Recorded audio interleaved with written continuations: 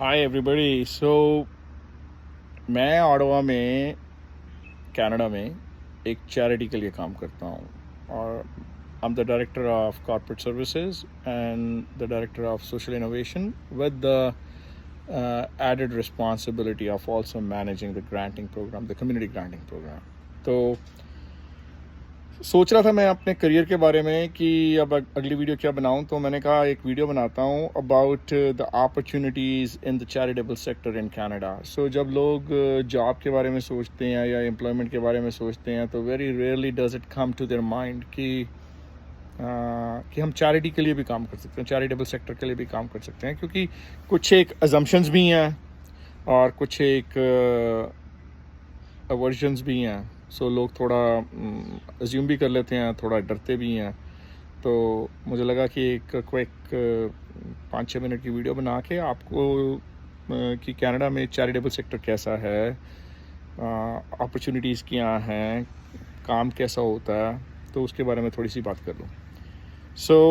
मैं take sector में था for the longest time, tech leadership में 20+ years of working on that side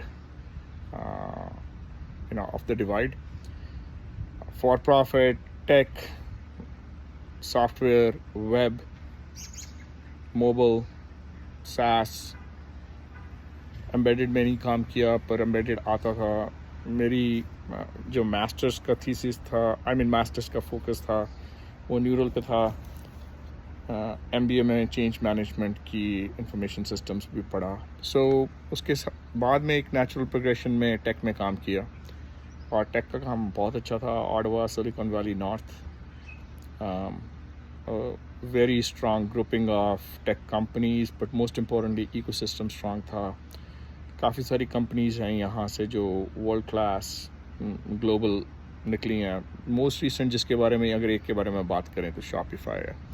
तो जो शॉपिफाई के जो प्रेसिडेंट हैं वो भी एक टाइम पे हमारे साथ में स्कूल सिस्टम में थे। तो अच्छा रहा वो बहुत। बट अब मैं चैरिटेबल सेक्टर के साथ में काम करता हूँ और स्पेशली इंटरनेशनल स्टूडेंट्स और जो न्यू इमिग्रेंट्स हैं उनको इस सेक्टर के बारे में ज़्यादा पता नहीं होता। कुछ एक रीज़न चैरिटेबल सेक्टर में काम करने के, एक्चुअली रीज़न से पहले दो अजम्पशंस या दो प्रिजम्पशंस कह लो, अजम्पशंस कह लो, अवर्जन्स कह लो, जो होती हैं, जो शायद मेरी भी थी। पहली ये कि you will often find advice कि आप अपने करियर के अर्ली ईयर्स में टेक और फॉर प्रॉफिट में काम करें और लेटर ईयर्स में चैरिटेबल सेक्टर के लिए या फिलैंथ्रोपिक सेक्टर के लिए काम करें। और उसके लिए जो रीज़न दिया जाता है वो यही दिया जाता है कि भाई आप शुरू में ऐसे सेक्टर के लिए काम कर लोगे जहाँ पे आपको पैसे कम मिलेंगे, काम में भी आपको टेक्निकली उतना ज़्यादा एडवांस नहीं होगा। उसके करके आपकी जो करियर की स्टार्ट है, अगर आप वो फिलैंथ्रोपिक में डाल दोगे तो पैसे कम होने के से जो फ्यूचर ग्रोथ है वो नहीं मिलेगी, एक्सपीरियंस नहीं मिलेगा। वहीं से सेकंड अजम्पशन जो मैं बात कर रहा हूँ वो ये है कि पैसे कम मिलते हैं। दूसरा ये कि ग्रोथ की अपॉर्चुनिटीज़ कम है और आप जिन लोगों के साथ में काम करते हो वो लोग टेक सेक्टर में वो आपको ज़्यादा मोटिवेटेड मिलेंगे, ज़्यादा शार्प मिलेंगे। ये अजम्पशंस हैं, प्रिजम्पशंस हैं। और इसके करके काफ़ी सारे लोग when they are graduating from the school वो इसके बारे में सोचते भी नहीं है फिलैंथ्रोपिक के बारे में। उनके लिए फॉर प्रॉफिट बैंक में काम कर लो, अकाउंटिंग कंपनी में काम कर लो, टेक में काम कर लो, यूटिलिटीज़ में काम कर लो, एनर्जी सेक्टर में काम कर लो, जो कनाडा की ज़्यादा मेन स्ट्रीम है। I can tell you right now कि वो अजम्पशन, प्रिजम्पशन, वो पर्सपेक्टिव्स सब गलत है। पैसे ठीक है, रिलेटिवली स्पीकिंग मे बी आपको कहीं पे 5-10 हज़ार डॉलर ज़्यादा मिल जाएंगे, पर ऐसा कुछ नहीं है कि पैसों का बहुत ज़्यादा डिफरेंस है, स्पेशली अगर आप में वो कॉम्पिटेंस है, स्किल्स हैं, आपके वो क्रेडेंशियल्स हैं। वो जो आपकी सैलरी का जो गैप है वो उतना नहीं है जितना लोगों को डराया जाता।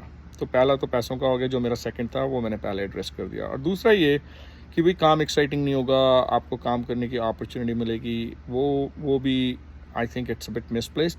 येस, एंगेजमेंट की टर्म्स डिफरेंट हैं, एंगेजमेंट भी थोड़ी डिफरेंट होगी, पर ऐसा कुछ नहीं है कि आपको ग्रोथ की अपॉर्चुनिटी नहीं मिलेगी. On the contrary I would say, as an example, अगर आप टेक्निकल बैकग्राउंड से आते हैं, जिस बैकग्राउंड से मैं भी हूँ, आपको, क्योंकि बहुत कम लोग हैं सेक्टर में जो उस तरह की वैल्यू क्रिएट कर रही हैं, जिनकी वो वैल्यू प्रोपोजिशन होगी एज एन इंडिविजुअल, जो कि सेक्टर के गैप्स को या सेक्टर की प्रॉब्लम्स को या चैलेंजेस को एड्रेस करने में काम आ सकते हैं. In my opinion, the chances for you to rise and shine and get into a position of responsibility relatively quickly वो ज़्यादा है. So ठीक है, पैसों की शायद वो भी डिपेंड करता है, क्योंकि ऐसा ज़रूरी नहीं है कि अगर आप फॉर प्रॉफिट सेक्टर में काम करने जाते हो तो हमेशा आपको पैसे बहुत ज़्यादा मिलते हैं. So वो फ़र्क पड़ सकता है, पर in terms of being able to make something your own and being able to make a difference and being able to get your name out and being able to stand out, wo, in my humble opinion, opportunity, especially if you are talented, you have the skills, you've been through some kind of formal training, चाहे वो school के through है, चाहे आपने apprenticeship में किया, तो I believe कि आपको, if you take the time to look for the right opportunity with the right organization, जिसमें right set of problems या challenges या opportunities हैं, तो आप philanthropic sector में भी बहुत राइज कर सकते हो. अब इसके बीच में जो मैंने आपको पहले बोला था, मैंने 6 रीजंस यहाँ पे लिखे हैं. उन 6 रीजंस के थ्रू मैं जाता हूँ. पहला तो reason for working with the philanthropic sector और for the charitable sector is purpose driven work. You know, your work makes a tangible difference in your community. अगर आपका वो ओरिएंटेशन है कि आपने जो आपकी सोसाइटी के क्रिटिकल इश्यूज़ हैं, पॉवर्टी होगी, एजुकेशन होगी, हेल्थ केयर होगी, sustainability of meagre resources to take care of an ever increasing population है, अगर आपने इन डोमेन्स में काम करना है तो फिर देखें, फिर तो चैरिटेबल सेक्टर में आपके लिए बहुत अपॉर्चुनिटी भी है और इम्पैक्ट क्रिएट करने का बहुत पोटेंशियल भी है. Second, diverse roles. So you know, लोग जब फिलैंथ्रोपिक सेक्टर के बारे में सोचते हैं तो मेनली उनको होता है फंड रेजिंग होगी, यू नो, वही जो काम टिपिकली चैरिटी के साथ में एसोसिएट होते हैं, पर ऐसा नहीं है. हर एक ऑर्गेनाइजेशन में marketing, IT, project management, research, इन सब चीज़ों की नीड है. तो अगर आपका इनमें से किसी में भी बैकग्राउंड है या स्किल है या आपका वो जोन ऑफ जीनियस है, that's where your value proposition is. आपके लिए अपॉर्चुनिटीज़ उस चीज़ों में भी हो सकती है. फिर कॉम्पनसेशन पे आ जाता है. सो यू नो, कॉम्पनसेशन को अगर आप देखो तो वो पैसों से भी, like money is not the only thing that is a part of compensation. इसमें flexible work hours, comprehensive health plans, coverage. So across the charitable sector तो नहीं होता ये, वो तो मैं मानता हूँ कि especially जो छोटी charities हैं या छोटी नॉन प्रॉफिट्स हैं, उनको भी मैं philanthropic sector में because they do public good consider करता हूँ.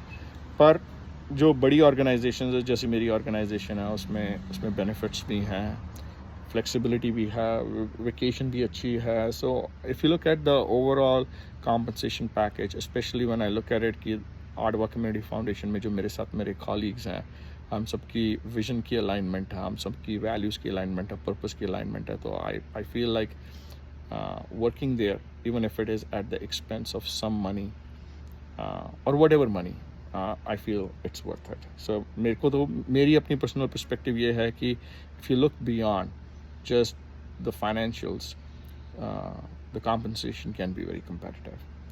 So economic contribution, a lot of people would not know कि हम जब कनाडा के GDP की बात करते हैं तो more than 8% of the Canadian GDP comes from the charitable sector. 2 million लोग, 20 lakh people in Canada, 2 million out of an adult population of roughly 30 million sector के लिए काम करते हैं. तो यू नो, आप 6 से 7% ऑफ द वर्क फोर्स को एम्प्लॉय कर रहे हो, तो ऐसा छोटा नहीं है, बड़ा. You know, average size of an organisation थोड़ा छोटा होता है, पर some very big charities also are in the space.